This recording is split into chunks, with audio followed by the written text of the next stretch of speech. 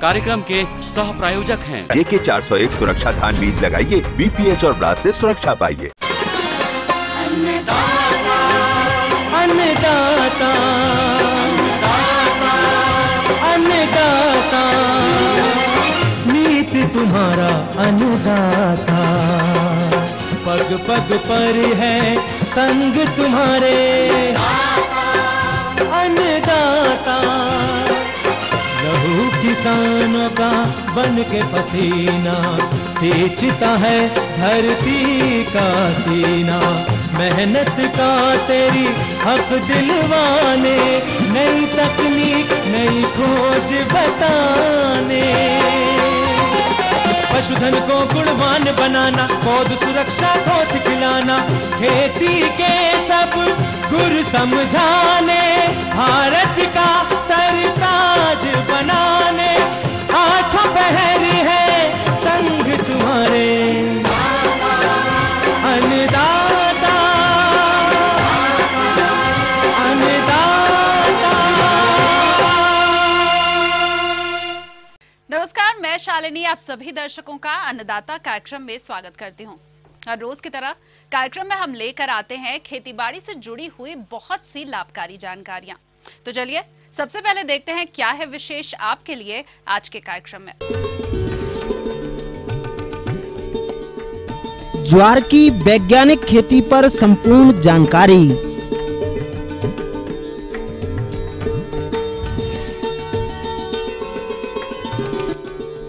Poly house में लगी शिमला मिर्च की फसल में किए जाने वाले समसामयिक कार्य।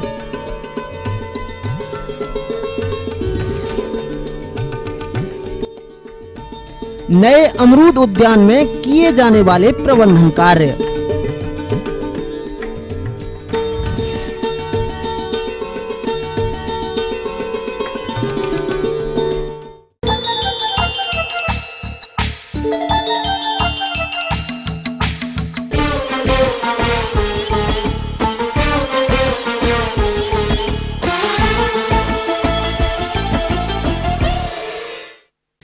हमारे प्रदेश में ज्वार की खेती 4 लाख हेक्टेयर क्षेत्र में की जाती है और इसकी फसल से अधिक उपज तभी संभव है जब इसकी खेती वैज्ञानिक तरीके से की जाए। तो ज्वार की उन्नत किस्मों और वैज्ञानिक तकनीक से खेती की जानकारी के लिए देखिए हमारे कार्यक्रम की ये विशेष प्रस्तुति। ज्वार की वैज्ञानिक खेती, जिसमें सबसे पहले बात करते हैं भूमि के चयन व उसकी तैयारी पर। ज्वार की खेती के लिए मध्य दोमट भूमि, जिसका पीएच मान 6 से 8.5 हो, जिसमें वर्षा के जल को संग्रहित करने की क्षमता हो तथा जहां पर जल निकास की व्यवस्था हो, ज्वार की खेती के लिए उपयुक्त है। खेत का चुनाव करने के बाद एक जुताई मिट्टी पलटने वाले हल से तथा 2 से 3 बार देसी हल या कल्टीवेटर से जुताई कर लें तथा खेत को अच्छी तरह से तैयार कर लें। जिस मिट्टी में जस्ते की कमी हो वहां 20 से 25 किलोग्राम जिंक सल्फेट प्रति हेक्टेयर की दर से अंतिम जुताई के समय खेत में मिला दें। किसान भाइयों, आइए अब बात करते हैं उन्नत किस्मों के चुनाव की, जिसमें CHS5, CHS6, CHS9, CHS14 एवं CHS18, जवाहर ज्वार 741, जवाहर ज्वार 938, जवाहर ज्वार 1041, SPB 1122 ये किस्में तनाछेदक इल्ली, पूर्ण चित्ती रोग व मिट्टी के रोगों के लिए प्रतिरोधता सहन करने की आनुवांशिक क्षमता रखती हैं। बीज बोते व लेते समय कुछ बातों को ध्यान में रखें, जैसे अपने क्षेत्र के लिए अनुमोदित जाति को ही खरीदें और फिर उस बीज का प्रयोग बुवाई के लिए करें। किसान भाइयों, आइए अब बात करते हैं बीज की मात्रा पर। इसमें बीज की मात्रा 10 से 12 किलोग्राम प्रति हेक्टेयर होती है और बुवाई का उपयुक्त समय जून से जुलाई तक है। यदि वर्षा प्रारंभ न हो तो इसकी बुवाई देर से की जा सकती है। बीज को बोने से पूर्व 2 से 2.5 ग्राम थीरम या मैनकोजेब से प्रति किलोग्राम को उपचारित जरूर कर लेना चाहिए। इसके पश्चात 5 से 10 प्रति किलोग्राम बीज को उपचारित करें और फिर उसे सुखा लें। ज्वार की बुवाई सीड ड्रिल से या हल के पीछे कतार से कतार की दूरी 45 सेंटीमीटर तथा पौधे से पौधे की दूरी 15 से 20 सेंटीमीटर रखते हुए करें। बुवाई से 8 से 10 दिन के बाद विरलन का कार्य अवश्य करें। आइए अब बात करते हैं खाद एवं उर्वरक की। 2-3 वर्षों में एक बार बोनी से पूर्व 100 कुंटल प्रति हेक्टेयर सड़ी हुई गोबर की खाद खेत में अवश्य डालें उर्वरक का प्रयोग मृदा परीक्षण के आधार पर करें। उत्तम उपज प्राप्त करने के लिए संकर जातियों के लिए 80 किलोग्राम नत्रजन, 40 किलोग्राम फास्फोरस व 20 किलोग्राम पोटास प्रति हेक्टेयर की दर से प्रयोग करें। नत्रजन की आधी मात्रा, फास्फोरस व पोटास की पूरी मात्रा बोनी के समय बीज के नीचे दें। उर्वरक को बीज के साथ मिलाकर ना दें। नत्रजन के शेष भाग को जब फसल 30 से 35 दिन की हो, यानी पौधे जब घुटनों की ऊंचाई के हो जाएं, तब पौधों से लगभग 10 से 12 सेंटीमीटर की दूरी पर साइड ड्रेसिंग के रूप में देकर डोरा चलाकर भूमि में मिलाएं। आइए अब बात करते हैं खरपतवार प्रबंधन की। जब फसल 15 से 20 दिनों की हो जाए, तब पहली बार कुल्पा या डोरा चलाएं व आवश्यकता अनुसार निदाई करें और दूसरी निदाई गुड़ाई 30 से 35 दिन बाद करें। खरपतवारों के नियंत्रण हेतु एट्राजिन सीमाजिन 0.5 से 1 किलोग्राम प्रति हेक्टेयर सक्रिय तत्व का उपयोग अंकुरण से पहले 800 लीटर पानी में मिलाकर छिड़काव करें। सिंचाई प्रबंधन। वर्षा की फसल होने के कारण सिंचाई की आवश्यकता नहीं पड़ती है, लेकिन फसल में भुट्टे आने के समय व दाना भरते समय खेत में नमी रखना आवश्यक है। अतः इस अवस्था में नमी की कमी हो तो सिंचाई अवश्य करें। अधिक वर्षा होने की स्थिति में जल निकास का उचित प्रबंधन आवश्यक है। आइए अब बात करते हैं अंतर्वर्ती फसलों की। ज्वार के साथ अंतर्वर्ती खेती के रूप में सोयाबीन, लोबिया, अरहर, मूंगफली आदि की फसल को लेकर अच्छा लाभ उठा सकते हैं। पौध संरक्षण। ज्वार की फसल में विभिन्न कीट व रोगों का प्रकोप होता है, जो इसके उत्पादन पर सीधे प्रभाव डालते हैं। इसमें लगने वाले प्रमुख रोगों में पर्णचित्ती रोग, कंडवा रोग एवं फफूंद रोग हैं। इसमें लगने वाले कीट हैं तनाछेदक इल्ली, बीज मक्खी, भुट्टे की इल्ली इत्यादि। रोग व कीटों के प्रबंधन के लिए एकीकृत प्रबंधन विधि को अपनाना होगा। कीट नियंत्रण हेतु प्रतिरोधी किस्मों को लगाएं, गर्मी की गहरी जुताई करें तथा फसल पर कीट आक्रमण होने पर नीम निर्मित दवा एवं कीटनाशक दवा का छिड़काव करें। फसल की कटाई एवं भंडारण। भुट्टों के पकने पर इसकी कटाई करें। सभी जाति के पकने का समय अलग अलग होता है। ज्वार के पौधों की कटाई करके ढेर लगाने के बाद पौधों से भुट्टों को अलग कर सुखा लें तथा दावन द्वारा या थ्रेसर द्वारा भुट्टे से दानों को अलग कर लें तथा तुड़बे को सुखाकर अलग ढेर लगाकर रखना चाहिए। इसे बाद में जानवरों को खिलाने के काम में ले सकते हैं और दानों को सुखाकर अच्छी तरह से भंडारण करके रखें। इस तरह उपरोक्त बातों को ध्यान में रखकर यदि किसान भाई आप ज्वार की खेती करते हैं तो 30 से 35 कुंटल प्रति हेक्टेयर उपज प्राप्त कर अपनी आय में वृद्धि कर सकते हैं। तो ये थी कुछ उपयोगी जानकारियां। अब लेते हैं एक छोटा सा ब्रेक, जल्द लौटेंगे और कार्यक्रम में आगे है बहुत सी महत्वपूर्ण जानकारियां, तो आप बने रहिए हमारे साथ।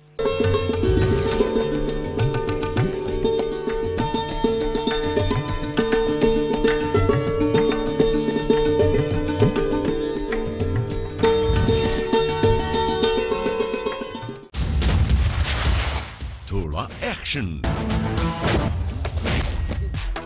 थोड़ा डांस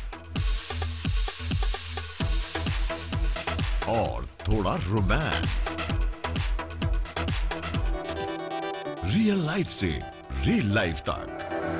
ना करें आप जनता के और बदतमीजी बर्दाश्त नहीं करेंगे हम। अब सिर्फ एक ही एक्शन होगा, पब्लिक का डायरेक्ट एक्शन। सेट से प्रीमियर, लेटेस्ट न्यूज हो या हॉटेस्ट गॉसिप, कौन सी फिल्म हिट और कौन सी फिल्मी दुनिया का पंचनामा, फिल्मी नामा।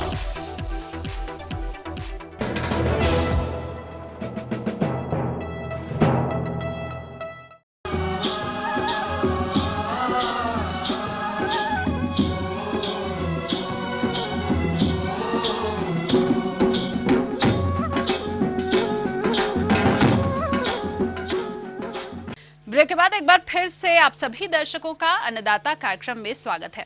बढ़ते हैं अगली प्रस्तुति की ओर।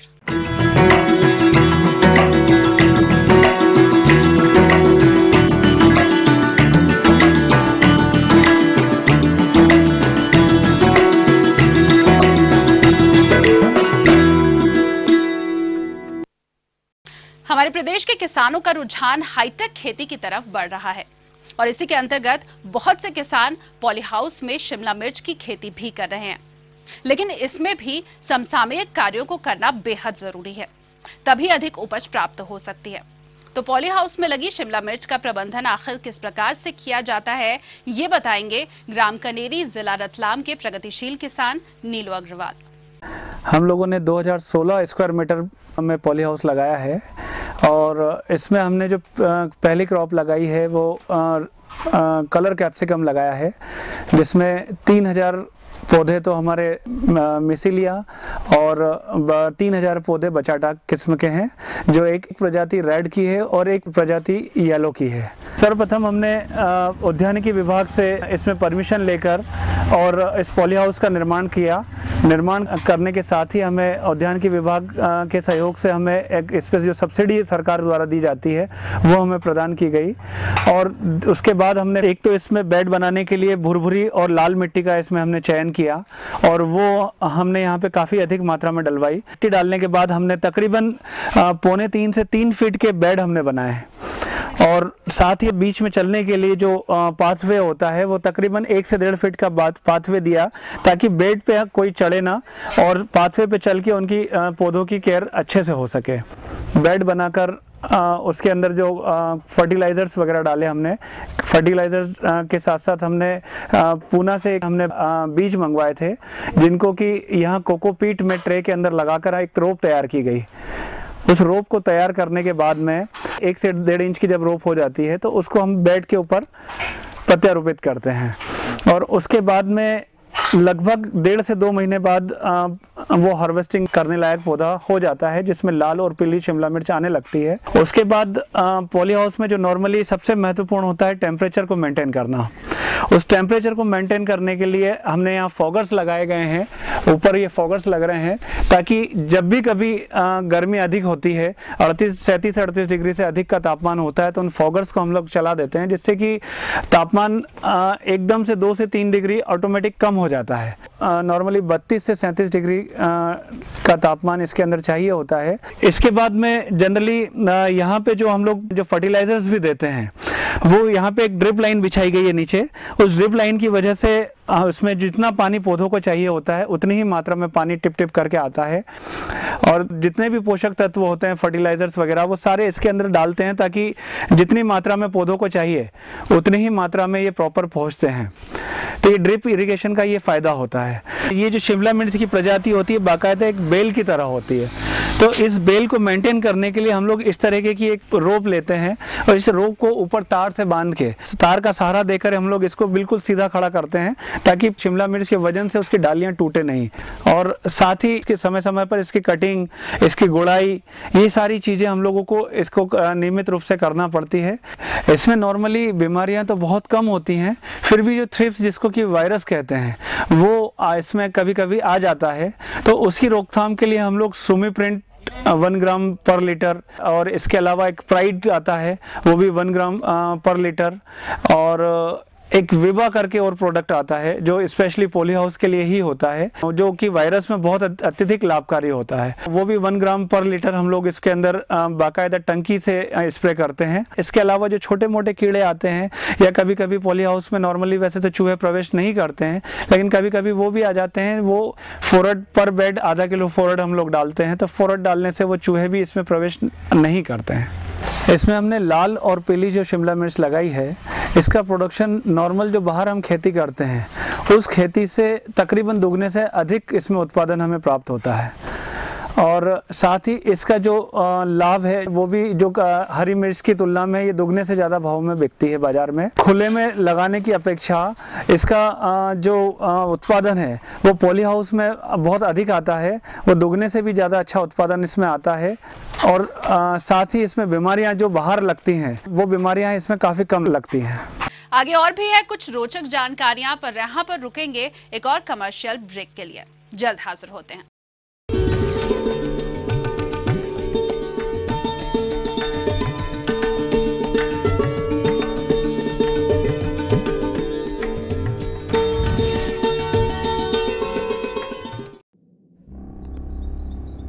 ख्वाब जो बुलंदियों पर पहुंचाते हैं, ख्वाब जो मेहनत करना सिखाते हैं, ख्वाब जो जर्रे को सितारा बनाते हैं, लेकिन अब भी अधूरी है कौम की तस्वीर। एजुकेशन के मामले में एक प्राइमरी स्कूल यहाँ पे मिला हुआ है, जो बहुत जमाने पहले मिला था वही आज तक चला आ रहा है। बच्चा बीमार रहना पड़ा, पानी बहुत कमी है। जो यहाँ से वोट लेने के लिए आते हैं, जीत के चले जाते हैं, हम करेंगे, लेकिन कोई भी नहीं आता करने के लिए। आपके ख्वाब आपका इंतजार कर रहे हैं।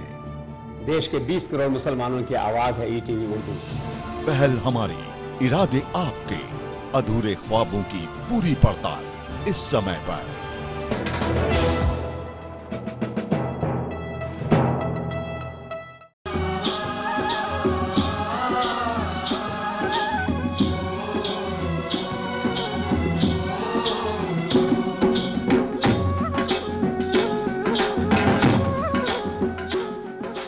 ब्रेक के बाद आप सभी दर्शकों का स्वागत है और चलिए अब रुख करते हैं अगली कड़ी की ओर।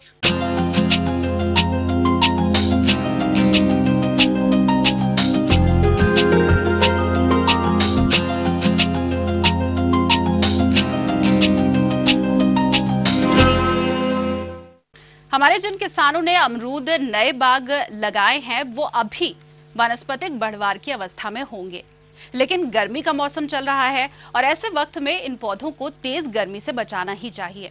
साथ ही इसमें कुछ समसामयिक कार्यों को भी करना जरूरी होता है।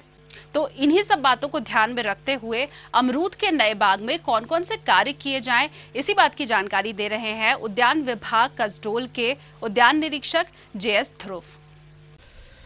जो किसान भाई अभी वर्तमान में फरवरी और मार्च के महीने में अमरूद का पौधरोपण किए हैं, उनको मुख्य रूप से अभी गर्मी के सीज़न में तेज़ गर्मी से बचाव के लिए मुख्य रूप से पौधों को मल्चिंग करना ज़रूरी है।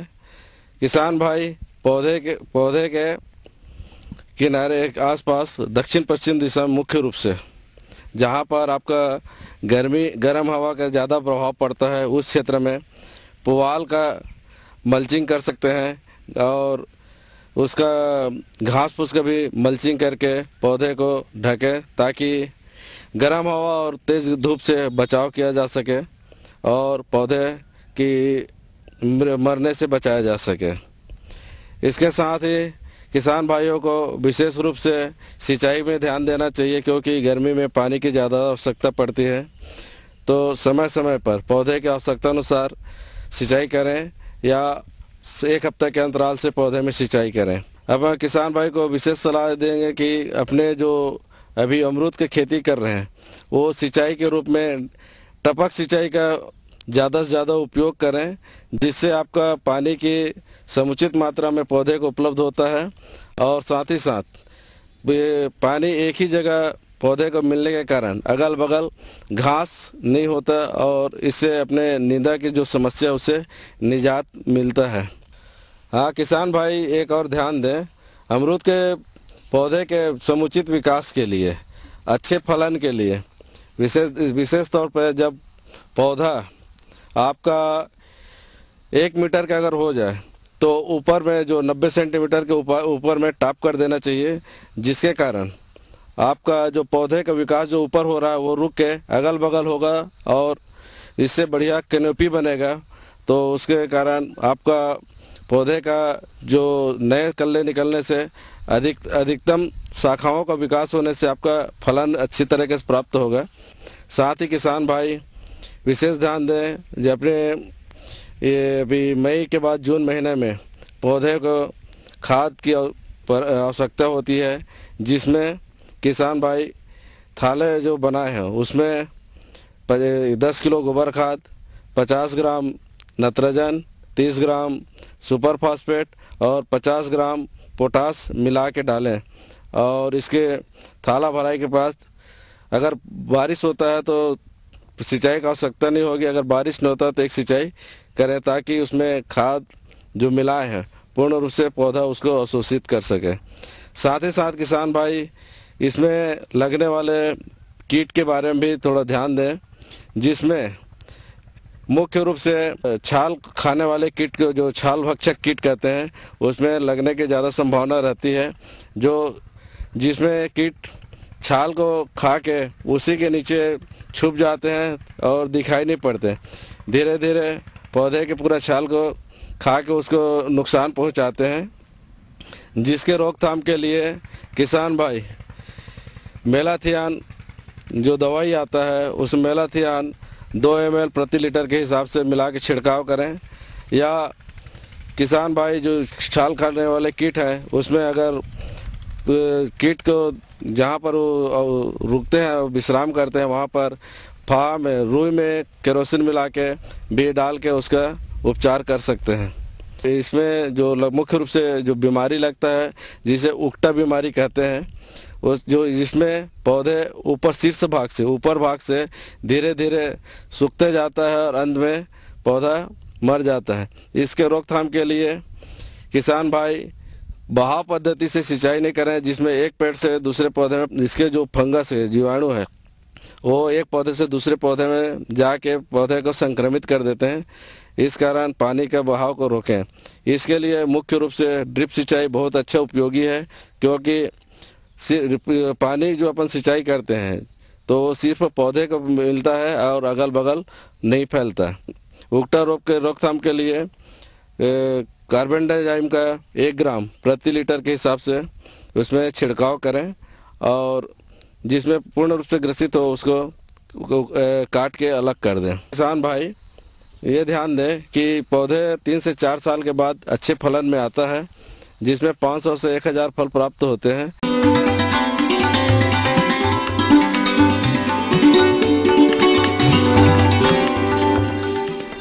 अन्नदाता हेल्पलाइन निशुल्क फोन संपर्क सेवा के माध्यम से आपके द्वारा पूछे गए प्रश्नों में से 1 या फिर 2 महत्वपूर्ण प्रश्नों को हम अपने कार्यक्रम में शामिल करते हैं, और इसी के तहत आज का चयनित प्रश्न और उसका जवाब इस प्रकार है।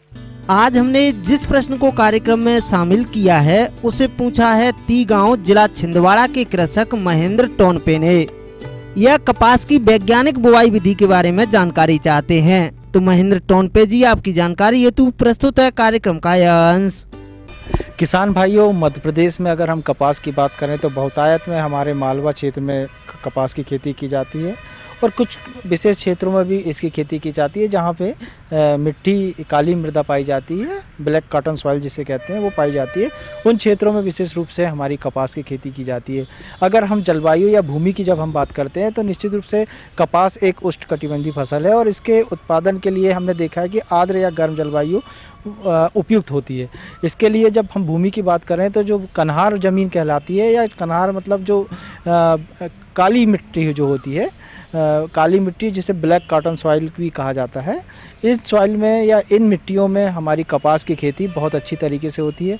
और इन मिट्टियों में खेती करने के लिए एक बार उसे अच्छी तरीके से मोल्ड प्लाऊ से खेत को पहले ग्रीष्मकाल के दौरान उसको अच्छी तरीके से तैयार कर दें और उसको छोड़ दें। उसके बाद हम हैरो से 3 से 4 बार उसको अच्छी तरीके से खेत को कल्टीवेटर के माध्यम से या हैरो के माध्यम से तैयार कर लें, और इसके बाद हम उसमें पाटा लगा देवें और पाटा लगाकर उसको समतल कर देवें, और इस तरीके से खेत को तैयार करें कि किसी एक साइड में वो ढाल रूप में हो, ताकि पानी का खेत से बाहर निकलने की में आसानी हो। खाद एवं उर्वरक की जब हम बात करते हैं तो हमें जब खेत को तैयार कर रहे हैं उसके लगभग 1 माह पहले अच्छी सड़ी हुई गोबर की खाद का 20 से 25 या 25 से 30 गाड़ी जो गोबर की खाद है वो अच्छी तरीके से प्रति हेक्टेयर खेत के हिसाब से मिला देवें। के बाद हम उर्वरक की अगर हम बात करते हैं तो उसमें जो नाइट्रोजन जो है वो लगभग 150 से 200 किलोग्राम प्रति हेक्टेयर मात्रा, और स्फूर जो है वो 80 से 100 किलोग्राम प्रति हेक्टेयर, एवं पोटास की जब हम बात करें तो वो 40 से 60 किलोग्राम प्रति हेक्टेयर की मात्रा देनी चाहिए। बोनी की जो समय होता है उस समय हमें जो नाइट्रोजन की है वो आधी मात्रा और फास्फोरस एवं पोटास जो है उसकी पूरी मात्रा को अच्छी तरीके से आधार खाद के रूप में खेत में मिला देवें और इसके बाद ही बुआई करें। बाकी जो हमारी बची हुई नाइट्रोजन की मात्रा उसको 2 भाग में कर लें, और उसका 1 तिहाई जो भाग है उसको 3 से 4 सप्ताह बाद, जब हम 35 से 40 दिनों में जब हम उसको खरपतवारों का छटाई निदाई गुड़ाई करेंगे उसके बाद में हमको देना चाहिए। और इसके बाद जो नेक्स्ट जो या इसके बाद जो बची हुई नाइट्रोजन की मात्रा है वो लगभग 60-70 दिनों के बाद हमें अपनी कपास की फसल में देना चाहिए, ताकि फसल की बढ़वार अच्छी हो सके। इसके साथ साथ अगर हम कपास की उन्नत किस्मों की बात करें तो उन्नत किस्मों में विशेष रूप से देखा गया है JKH1, JKH2, CRH1 एवं COH1 आदि किस्में हैं जो कि उपयोग की जाती हैं। और अगर हम अन्य किस्मों की बात करें तो कुछ किस्में जो कि आजकल बीटी कपास के रूप में विभिन्न कंपनियों द्वारा भी बाज़ार में आई हैं, उनका भी उपयोग हमारे किसान भाई बहुतायत में कर रहे हैं। लेकिन देखना चाहिए कि वो किस्में उचित और सही हों, उनका ही उपयोग हम हमारी कपास की खेती में उन किस्मों का उपयोग कर सकते हैं। बीज की मात्रा की जब हम बात करते हैं, अगर हम संकर किस्मों का उपयोग कर रहे हैं तो लगभग 2.5 से 3 किलोग्राम मात्रा जो होती है संकर किस्मों की, उसकी उपयुक्त होती है। और बीजोपचार करने के लिए हम जो बॉबिस्टिन दवा है उसकी लगभग 3 ग्राम मात्रा प्रति किलोग्राम सीड में मिलाकर अच्छी तरीके से उसको मिलाकर तैयार कर लें। इसके बाद हम बोने के समय की जब हम बात करते हैं तो विशेष रूप से जून का जो माह है, जून के माह के द्वितीय सप्ताह से लगभग जुलाई के द्वितीय सप्ताह के बीच में हमें इस कपास की फसल की बुआई कर देनी चाहिए। अगर हम संकर किस्मों की बात करते हैं तो उसमें बोनी में 120 से 90 या 90 से 60 सेंटीमीटर की दूरी कतार से कतार एवं पौधे से पौधे का अंतर 90 से 60 सेंटीमीटर हमें रखना चाहिए। और इस बात का विशेष रूप से ध्यान रखें कि हमें बोनी पूरी कतार में ही करनी है और बुआई के बाद में हमें उसमें हल्का सा पाटा चला देना चाहिए और बीज अच्छी तरीके से ढक जाए, इस बात का विशेष रूप से ध्यान रखें। किसान भाइयों, जब हम बुआई कर देते हैं फसल की तो लगभग हम 30 से 35 दिनों के बाद हम कपास के खेत में ये देख लें कि अगर पौधों की संख्या कतारों में बहुतायत में दिख रही है तो हम उन कतारों से पौधों की छटाई कर दें ताकि पौधे बहुत अधिक संख्या में ना हो, नहीं तो बढ़वार भी कम होगी और साथ ही साथ उत्पादन भी कमी देखी जाती है। और एक बात और देखी गई है कि सिंचाई की जब हम कपास में बात करते हैं तो सिंचाई विशेष रूप से कपास में बहुतायत में तो बरसात या हमारी ये इस वर्षा मौसम में नहीं करना पड़ता, लेकिन नवंबर दिसंबर के समय जब हमारी कपास की फसल की बढ़वार बढ़ती रहती है उस समय अगर पानी की कमी हो जाए तो फूल भी कम आते हैं और बॉल बनते हैं वो भी कम बनते हैं। अतः इस बात का ध्यान रखें कि हमें सिंचाई नवंबर दिसंबर के माह में फसल में कमी ना हो और सिंचाई करें। इस प्रकार से हमारे किसान भाई कपास की खेती में विशेष रूप से जो बताई हुई हमारी खेती की बातें हैं, इनका अगर ध्यान रखते हैं आप अच्छा उत्पादन लेंगे।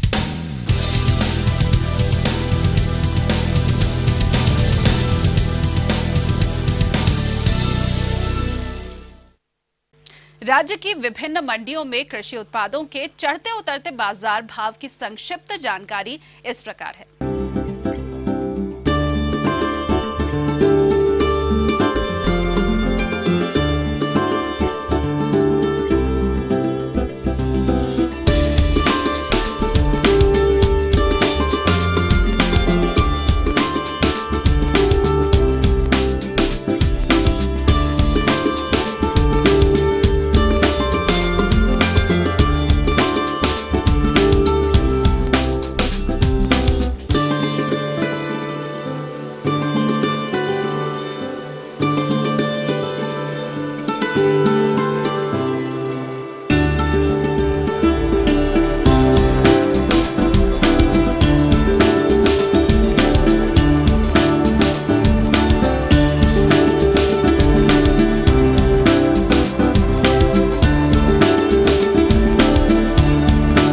हम उम्मीद करते हैं कि आज का कार्यक्रम आप सभी दर्शकों के लिए उपयोगी रहा होगा। किसान भाइयों, अन्नदाता आपकी सेवा के लिए संकल्परत है। कृषि संबंधित समस्या और सुझाव के लिए आप हमें इस पते पर संपर्क कर सकते हैं। प्रोड्यूसर अन्नदाता, ETV Madhya Pradesh Chhattisgarh, Ramoji film city, Hyderabad 501512। साथ ही आप हमें ईमेल भी कर सकते हैं। हमारा ईमेल आईडी है annadatamp@etv.co.in। इसके अतिरिक्त आप हमें निःशुल्क हेल्पलाइन नंबर 180042540885 पर दोपहर 12 बजे से लेकर 1 बजे के बीच संपर्क कर सकते हैं। अब आइए देखते हैं कल दिखाए जाने वाले कार्यक्रम की मुख्य झलकियां। तिल की वैज्ञानिक खेती पर संपूर्ण जानकारी।